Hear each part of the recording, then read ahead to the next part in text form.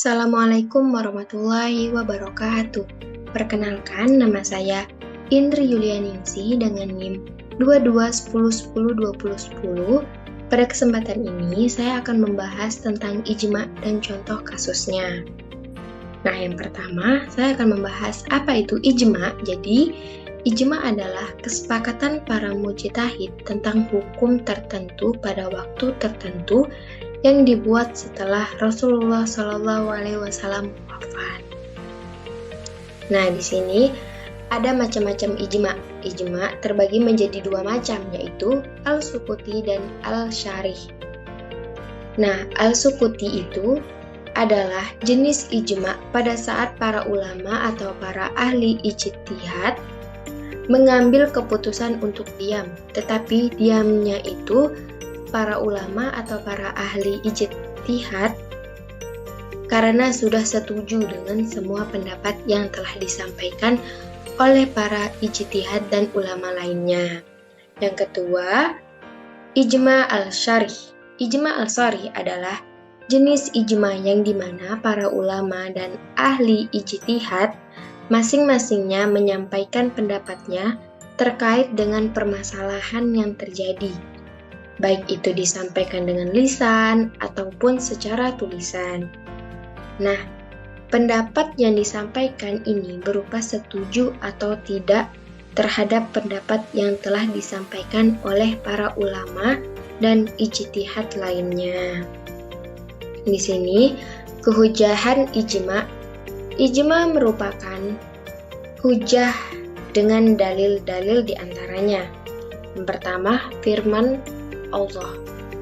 Di sini bisa dilihat ya ayat Al-Baqarah ayat 143 yang artinya, dan demikian pula kami telah menjadikan kamu umat Islam, umat yang adil dan pilihan agar kamu menjadi saksi atas perbuatan manusia. Nah, maka firman-Nya saksi atas manusia mencakup persaksian terhadap perbuatan-perbuatan mereka dan hukum-hukum dari perbuatan mereka, dan seorang saksi perkataannya diterima. Yang kedua, firman Allah, di sini bisa dilihat Quran Surah An-Nisa ayat 59 yang artinya, jika kalian berselisih tentang sesuatu, maka kembalilah kepada Allah dan Rasul-Nya. Nah, menunjukkan atas bahwasannya apa-apa yang telah mereka sepakati adalah benar. Nah, di sini ada kedudukan ijma. Nah, ijma sebagai hujah berdasarkan Quran dan Sunnah Rasul. Di bawah derajat kitabullah dan hadis masyhur, nilai hujah ijma adalah zanni dan tidak boleh menyalahi nas yang qad'i. Prinsip ijma ini sudah ada sejak masa sahabat ijtihad dan masa fuqaha. Anggota-anggota sidang ijma adalah orang-orang mujtahid, dan mujtahid harus mengetahui masalah-masalah fikih dan dalil-dalilnya. Dan jalan mengeluarkan hukum, ulama-ulama Khawarij yang aktif mempropagandakan pahamnya tidak dianggap sebagai mujtahid. Namun, jika tidak aktif, maka mereka tergolong mujtahid. Nah, di sini contoh kasus ijma. Ijma mengenai wajibnya zakat fitrah. Nah, ijma mengenai wajibnya zakat fitrah merupakan ijma yang telah disepakati oleh seluruh ulama, baik ulama salaf maupun ulama khalaf. Dasar hukumnya adalah firman Allah Subhanahu wa taala dalam Quran surah Al-Baqarah ayat 110.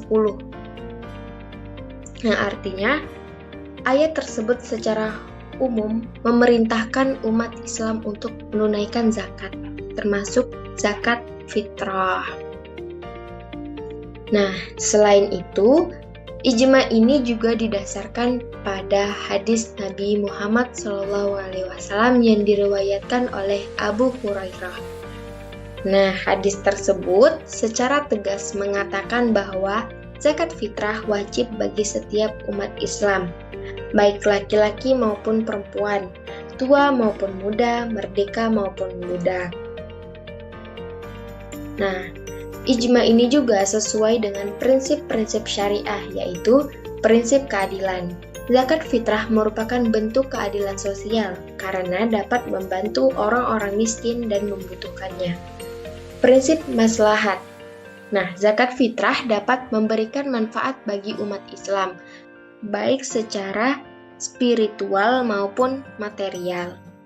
Nah, yang terakhir, prinsip kepastian hukum. Ijma merupakan sumber hukum Islam yang dapat memberikan kepastian hukum bagi umat Islam. Nah, kesimpulannya, ijma mengenai wajibnya zakat fitrah merupakan ijma yang sah dan sesuai dengan prinsip-prinsip syariah. Ijma ini menjadi dasar hukum bagi umat Islam untuk menunaikan zakat fitrah. Selain contoh di atas, masih banyak contoh kasus ijma lainnya. Di antara lain, ijma mengenai haramnya zina, ijma mengenai wajibnya sholat 5 waktu, ijma mengenai haramnya membunuh orang tanpa hak, ijma mengenai wajibnya puasa Ramadan, dan yang terakhir, ijma mengenai haramnya mencuri. Nah, ijma merupakan sumber hukum Islam yang penting karena dapat memberikan kepastian hukum bagi umat Islam. Ijma juga merupakan sumber hukum yang dapat memberikan solusi terhadap permasalahan baru yang muncul di tengah-tengah masyarakat. Nah, sekian dari saya. Mohon maaf jika ada tutur kata yang kurang berkenan. Wassalamualaikum warahmatullahi wabarakatuh.